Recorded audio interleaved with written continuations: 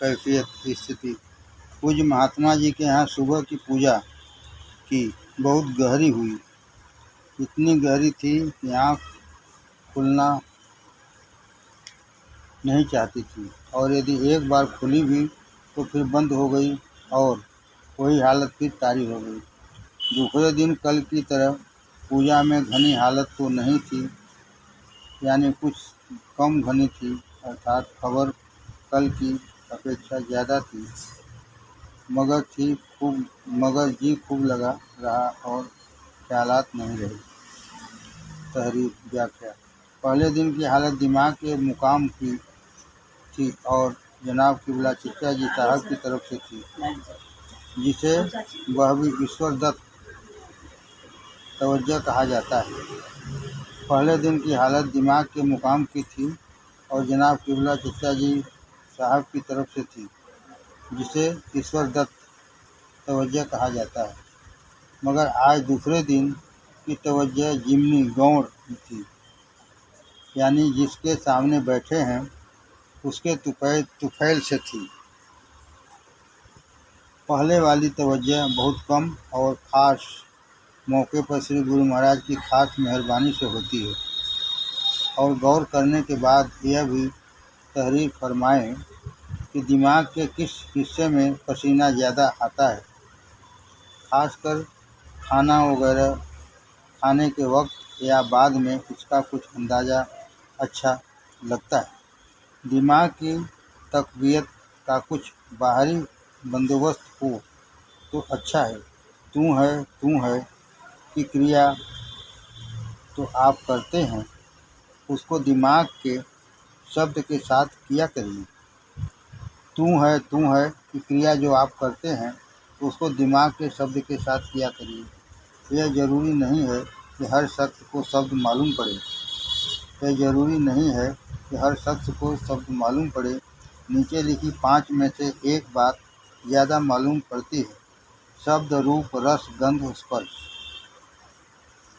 नीचे लिखी 5 में से एक बात ज़्यादा मालूम पड़ती है, शब्द, रूप, रस, गंध, स्पर्श। यह प्रकृति पर मुनहसर है। गुरु अपनी तरफ से इजाज़त नहीं देते, वो हुक्म उसके जरिए से होता है, लेकिन इजाज़त तो ईश्वरी हुक्म है। गुरु अपनी तरफ से इजाज़त नहीं देते, वो हुक्म उसके जरिए से होता है, लेकिन इजाज़त तो ईश्वरी हुक्म है। दिमाग के ऊपर का मुकाम। कैफियत स्थिति।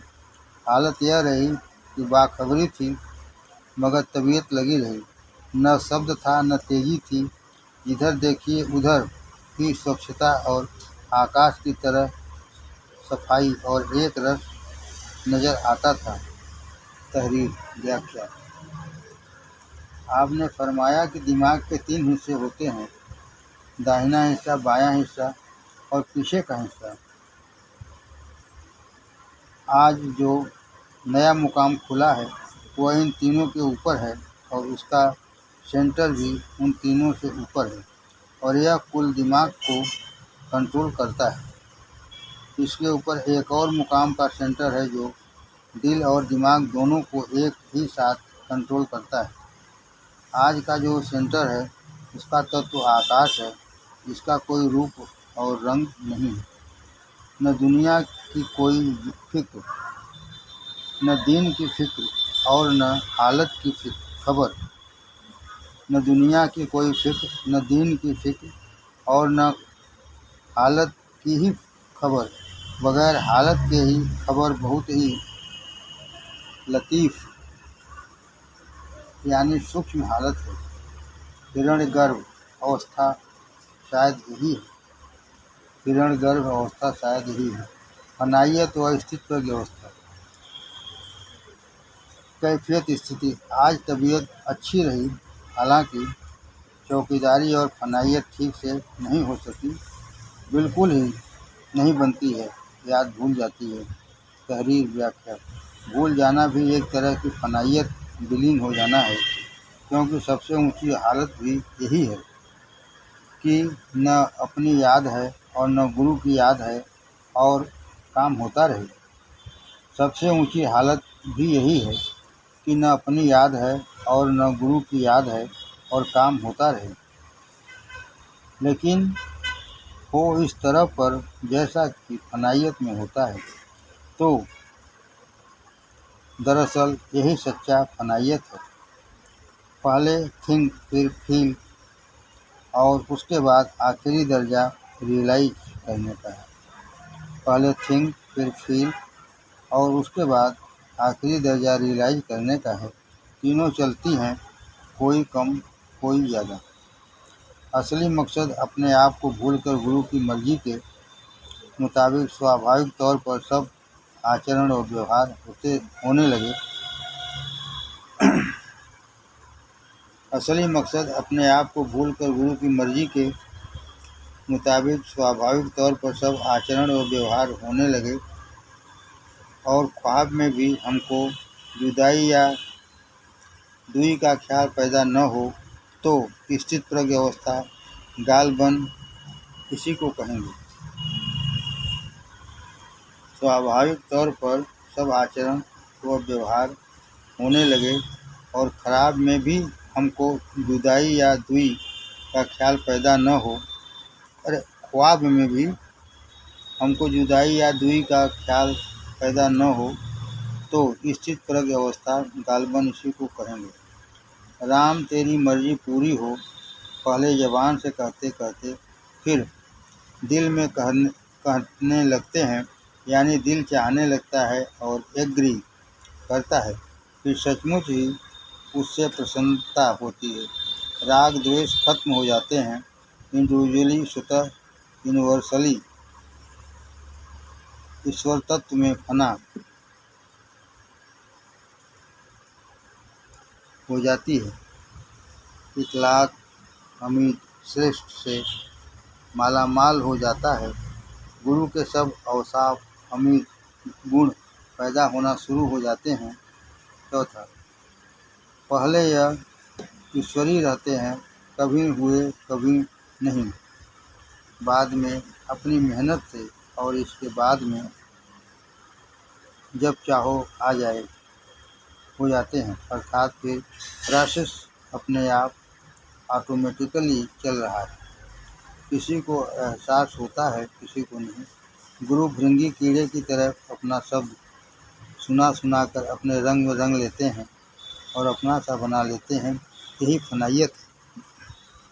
गुरु भृंगी कीड़े की तरह अपना शब्द सुना सुना कर अपने रंग में रंग लेते हैं और अपना सा बना लेते हैं।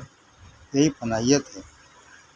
हम क्या, हमारा पुरुषार्थ क्या, हम उसके काम में बाधा न डालें, यही गनीमत है। हम क्या, हमारा पुरुषार्थ क्या, हम उनके काम में बाधा न डालें, यही गनीमत है। मुर्दा बदस्त गुस्साल नहलाने वाले की हालत होना चाहिए, वरना क्लोरोफार्म से बेहोश करके ऑपरेशन होगा। मुर्दा नहलाने वाले की हालत होना चाहिए, वरना क्लोरोफार्म से बेहोश करके ऑपरेशन होगा। मतलब यह है कि कोशिश यह करना चाहिए कि हर वक्त हर घड़ी गुरु में फना रहे। गुरु बिन माला फेरते, गुरु बिन धरते ध्यान वगैरह की हालत होना चाहिए। सब कर हर भज, सब कर हर भज। एक ऐसा अनुराग गुरु से पैदा हो जाए कि हटाने से भी नहीं हटे। एक ऐसा अनुराग गुरु से पैदा हो जाए कि हटाने से भी न हटे। यह गुरु कृपा से हो जाता है। गुरु कृपा कैसे होती है? उसके ऊपर विश्वास होने से। निछावर कैसे होते हैं? उसकी महत्ता जानने से। जाने बिन न होय प्रतीति, बिन प्रतीति होय नहीं प्रीति, प्रीति बिना नहीं भगत दृढ़ाई, जीव खगपति जल की चिकनाई। आप तो डॉक्टर हैं, बेहतर समझते हैं कि कैसे मरीज से खुश होकर उनका दिल से इलाज करते हैं। यही हाल गुरु का है। आप जिस्मानी चिकित्सक हैं, वह रूहानी। तुलसीदास जी ने क्या खूब नुस्खा तजवीज़ किया है।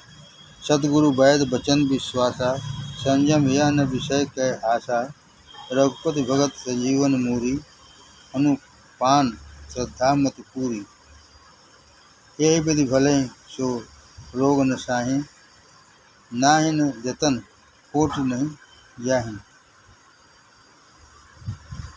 कहने का मकसद यह था कि जिस तरह पर यह ख्याल होता है कि हम भूले रहें बिना फिर शेख रहने का अभ्यास न कर सकें। कहने का मकसद यह है कि जिस तरह पर यह ख्याल होता है कि हम भूले रहें फनाफिल शेख रहने का अभ्यास न कर सकें, उसके बजाय अगर यह ख्याल पैदा हो जाए कि इतनी देर गुरुदेव हम में फना रहे और हम ऐसे नालायक रहे कि उस आनंद का अनुभव न कर पाए, और प्रार्थना करें कि गुरुदेव जहाँ आप इतनी कृपा करते हैं इतना और बल दो कि मैं उसका अनुभव भी कर सकूं। आपका भरोसा और बल है, वरना मन आनम की मन खुद भी दानम। जब हो जय हो गुरुदेव भी लुका छिपी का खेल खेला करते हैं, और उनका कहना है कि मुझे भक्त की दीनता से प्रार्थना करने से बढ़कर और कोई बात अच्छी नहीं लगती। मुझे भक्त की दीनता से प्रार्थना करने से बढ़कर और कोई बात अच्छी नहीं लगती। यह सब बातें जब इसलिए हैं तो हम पहले से ही हथियार क्यों न डाल दें और चरण पकड़ लें, हम हारें। ऐसा ख्याल कर लें, तुम मालिक हो मालिक मैं बंदा, आप जीते हम हारे, हम कसूरवार गुनहगार, आप दयालु और कृपालु, माफ़ करो और अपनी मर्जी पर चलने की तौफीक अता फरमाएं। बस उधर से भंडार खुल जाएगा और मामला बन जाएगा। तुम्हारी जय हो गुरुदेव, तुम्हारी जय हो। वाजिए दुनिया खेल है मुतलक, दांव लगाकर हारे अहमक, तेरे आगे जीते हो जो आपको हारे बैठा है। जिस बुजुर्ग का फिक्र होता है उसका फैज़ आने लगता है। जिस बुजुर्ग का फिक्र होता है उसका फैज़ आने लगता है। जनाब क़िबला चचा जी ने एक मरतबा फरमाया था कि जब तक मुझको अपनी याद भूली रहती है उस वक्त तक तो मैं बोलता रहता हूँ, लेकिन जिस वक्त अपनी याद आ जाती है तो खामोश हो जाता हूँ। 24 घंटे में थोड़ी देर के लिए कम अज कम हर शरीरधारी को यह याद आना जरूरी है, वरना वह जिंदा नहीं रह सकता। दरअसल में बात यह है कि मन को अनेक से हटाकर एक सेंटर पर कायम करना है। यह सेंटर जिंदा गुरु से बढ़कर कोई दूसरा नहीं हो सकता। इस मरकज गुरु पर कायम करके सच्चे प्रेम से इसमें गुरु में फनाइयत पैदा कर लेना और इस हद तक उसमें फना लीन हो जाना कि दूसरा बाकी न रह जाए। एक अवस्था है जो जिज्ञासु की पहली हालत कहलाती है। इस मरकज गुरु पर कायम करके सच्चे प्रेम से इसमें गुरु की फनाइयत पैदा कर लेना और इस हद तक उसमें लीन हो जाना कि दूसरा बाकी न रहे, एक अवस्था है जो जिज्ञासु की पहली हालत कहलाती है। इसी को फनाफिल शेख की इब्तिदाई हालत कहते हैं। इसके बाद दूसरी हालत आती है जिसमें गुरु की विभूतियों का कथनी करनी व रहनी गुरु रूप में देखना शुरू करता है। यह दूसरी हालत। तीसरी हालत में गुरु के सब प्रेमियों यानी सत्संगियों को गुरु रूप में देखता है। फिर घर बार, नातेदार, रिश्तेदार, पड़ोसी वगैरह वगैरह को गुरु रूप में देखता है। गुरु पितु मात बंधु पति देवा, सब मोहि कह जाने दृढ़ सेवा। इसके बाद चौथी हालत कमाल पर पहुँचे हुए की यह होती है कि सिया राम मैं सब जग जाने, करहूँ प्रणाम जोर जो खाने। नेति नेति कही वेद पुकारा, भागो दौड़ो आगे है। मार्फत इलाही की कोई इंतहा नहीं है। हर कमाल और मुकाम पर यही ख्याल करते हैं मंजिल दूर है। जिसने किसी मुकाम या जगह पर अपने को कामिल दक्ष समझ लिया, अपनी बर्बादी की और मंजिल खोटी कर ली। मैं बौरी ढूंढन गई रही किनारे पैठ, किबला फरमाया करते थे कि दरवेशी पर्दा पोशी अज खुद फरामोशी। जनाब पेशकार साहब ने फरमाया कि जिस तरह पर तवज्जो लेने का तरीका है, उसी तरह पर तवज्जो न लेने का भी तरीका है। अक्सर लोग पहलवानी करते हैं और दूसरे को बेहोश कर देते हैं। इसी में खुद को बड़ा समझते हैं। अगर ऐसी महफिल में पहुंच जाए तो चौकन्ना रहना चाहिए। अदब कैफियत स्थिति। सुबह महात्मा जी के यहाँ गया। पूजा की हालत कल ही की तरह रही। शाम जनाब किबला चचा जी साहब के यहाँ गया था। उस समय वे सोकर उठे थे और हुक्का पी रहे थे। मैं जाकर बैठा तो जिक्र शुरू हो गया। मैंने हर चंद चाहा कि रुकूं, क्योंकि यह मौजूद वक्त नहीं है। जनाब चचा जी साहब के फ्रेश होने का वक्त है, मगर रुक न सका और सीने के कुल लतायफ में जिक्र महसूस होने लगा। और फिर गौर किया तो सिर में भी जिक्र जारी था। खैर थोड़ी देर बाद जनाब चचा जी साहब फ्रेश होने के लिए अंदर गए। मुझे जाने की आज्ञा दी। मैं चला आया। तबीयत अच्छी रही। तहरीर व्याख्या। शुक्र मालिक का है, न अपनी तरफ से प्रयास करना चाहिए न रोकना चाहिए। मुर्दा बदस्त जिंदा की हालत होना चाहिए। अगर ऐसा होता है कि आग लेने को जाए और पैगंबरी मिल जाए, हमको सिर्फ शौक दीदार से जाना चाहिए। पूजा या तवज्जो का कतई ख्याल न होना चाहिए।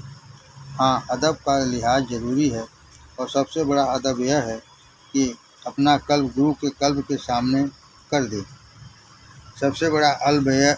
अदब यह है कि अपना कल्ब गुरु के कल्ब के सामने कर दे और फुल अटेंशन वहीं रखे और दीन भाव से हाजिर रहे। ऐसा बुजुर्गान की तहरीर से मैं समझता हूँ। जो कुछ मुनासिब समझे उसको करने दिया जाए, क्योंकि मन गुमताड़ाबाजी करता है। लिहाजा राम तेरी जय हो के बांस पर उसको उतरने चढ़ने दे। तौफीक सब ईश्वर के हाथ है। हाँ, ऐसी हालत में आंख बंद करके मुराकबा करना मना है। दीदार का शौक कैफियत स्थिति।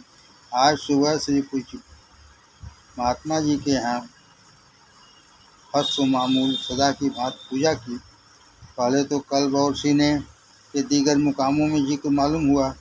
फिर कभी कभी एक ऐसा जिक्र मालूम होता था जो इन मुकामों में से किसी जगह का नहीं था।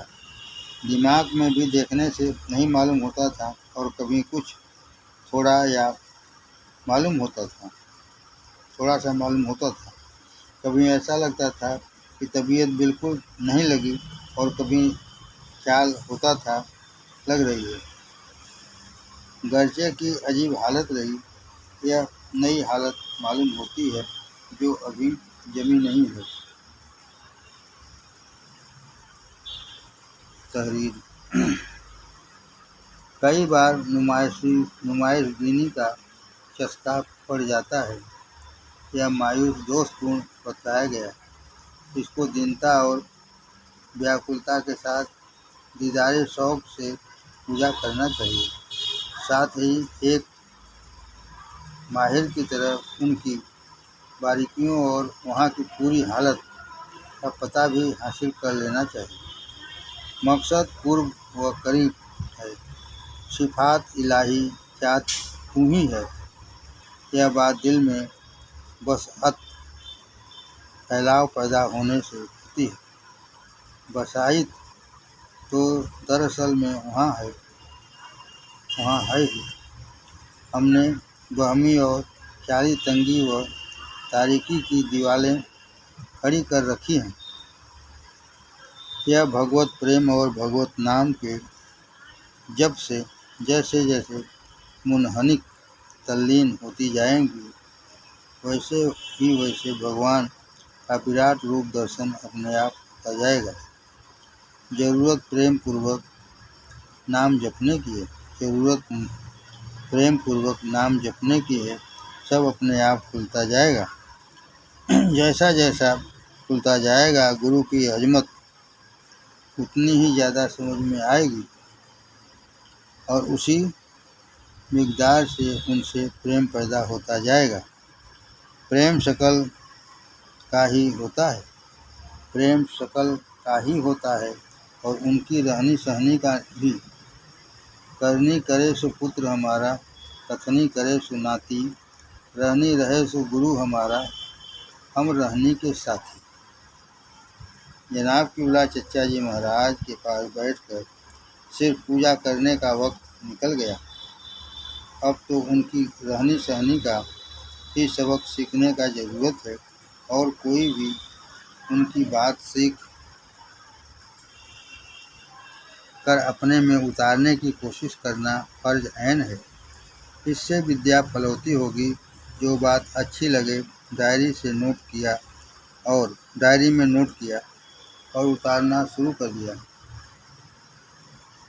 इसके यह मानी नहीं है कि वहाँ पूजा न कीजिए। कल्ब तो कल्ब के सामने हाजिर रहे, आँख दीदार करती रहे और साथ ही इसके खुश इखलाकी का प्रसाद भी लाना चाहिए, जो खुद भी खाए तथा औरों को भी तक़सीम करे। सब तौफीक मालिक के हाथ है। जब मेरा तबादला फतेहगढ़ का हुआ था, मुझको जनाब क़िबला चचा जी महाराज ने यह हिदायत फरमाई थी, पूजा करने के ख्याल से कभी अपने गुरु के सामने न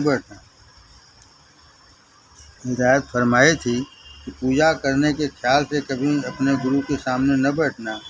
इसका मतलब उस वक्त तो कुछ समझ में आया वह यही था कि जाना तो रोज़ था, लेकिन सलाम भर करने को। अगर कोई और साहब बैठे हों और पूजा हो रही हो तो पूजा भी कर लिया, लेकिन वहाँ सिर्फ सलाम करने को ही जाना था। मकसद पूजा करना न था, क्योंकि हुक्म मुर्शिद था। अब यह समझ में आया कि जाएं और हो सके तो बिना नागा जाएं, लेकिन सिर्फ शौक दीदार और कुछ मकसद नहीं। अब यह समझ में आया कि जाएं और हो सके तो बिना नागा जाएं, लेकिन सिर्फ शौक दीदार और कुछ मकसद नहीं। जितनी देर वहाँ रहें, हमा तन दिल व जान खिदमत का ख्याल रहे।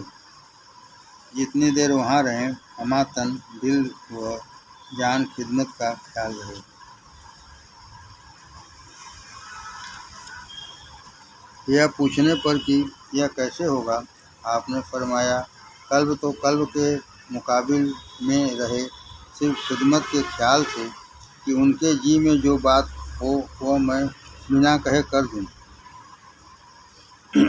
यह पूछने पर कि यह कैसे होगा, आपने फरमाया, कल्ब तो कल्ब के मुकाबिल में रहे, सिर्फ खिदमत के ख्याल से कि उनके जी में जो बात हो वह मैं बिना कहे कर दूँ।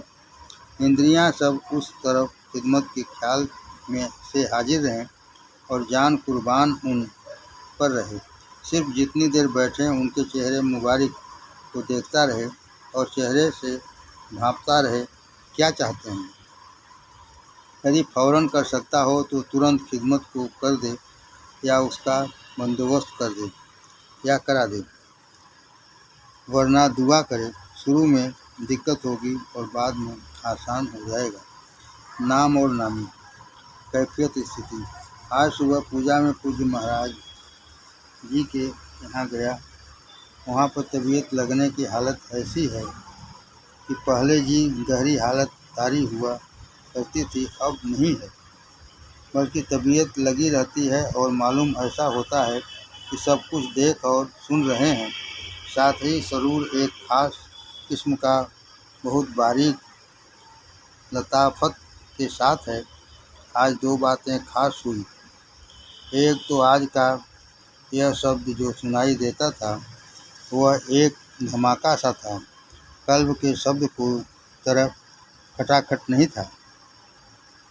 दूसरे यह कि शब्द तो मालूम होता था कि हो रहा है, मगर कल्ब वगैरह किसी मुकाम खास पर महसूस नहीं होता था, बल्कि सीने के बीच में ऊपर की तरफ से धमाका सा मालूम होता था और वह धमाका ऊपर दिमाग की तरफ जाता हुआ भी मालूम होता था।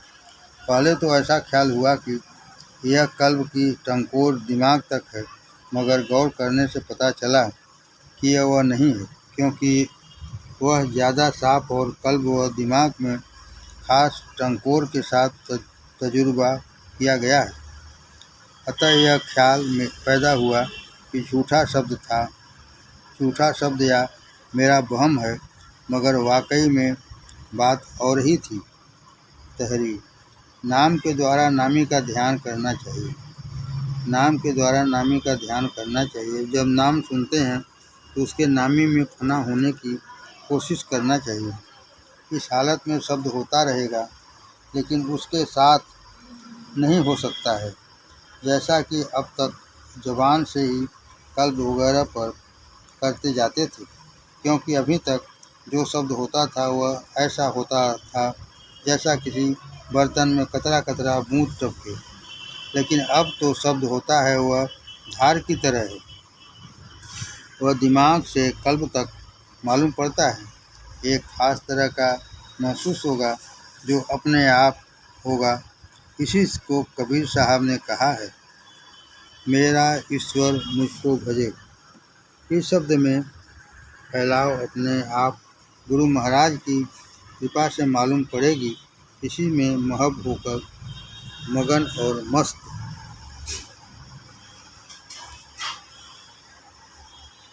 हो जाना चाहिए।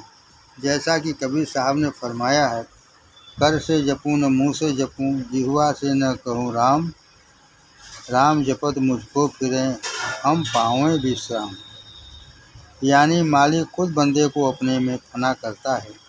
इसका मतलब यह है कि उसकी दयालुता की धार प्रकट हो जाती है, तब ऐसी महबियत तल्लीनता अपने आप पैदा होती है। चाहे ध्यान करो या न करो, जी उसमें लगा रहता है, और ख्याल करो या न करो, धार जारी रहती है। बंदगी बंदा की यह है कि उसमें खुद भी ज़्यादा से ज़्यादा फना रहने की कोशिश उसकी इनायत और दयालुता को रिस्पॉन्ड करे, ताकि उसकी दयालुता और मेहर और भी ज़्यादा हो। अभी यह सब अक्सी और गुरु की कृपा से है, ईश्वर करे असल हो जाए। यह सब रिस्पॉन्ड करने से ही मुमकिन है। सब तौफीक मालिक के हाथ है। जिसने दिया है आटा दाल वही देगा कंडा चार। इसको नाची गुनहगार बंदे, हम तो नाची गुनहगार बंदे हैं और उसकी दयालुता के भिखारी हैं। जैसो प्रभु समझो अतिनी को, तस या ही करो निज जी को। चित्त सोई चिंतन करे, वाक्य बके नित सोई, काम कर सोई करे जो तोय अति प्रिय होई। जिस लड़के को बाप देखता है कि मुझसे भी प्रेम करता है, साथ ही अपने भाइयों से भी मोहब्बत करता है, उससे बाप ज़्यादा खुश रहता है। जिस लड़के को बाप देखता है कि मुझसे भी प्रेम करता है, साथ ही अपने भाइयों से भी मोहब्बत करता है, उससे बाप ज़्यादा खुश रहता है और उसकी तरफ से इत्मीनान रहता है और असली राज उसी को बतलाता है।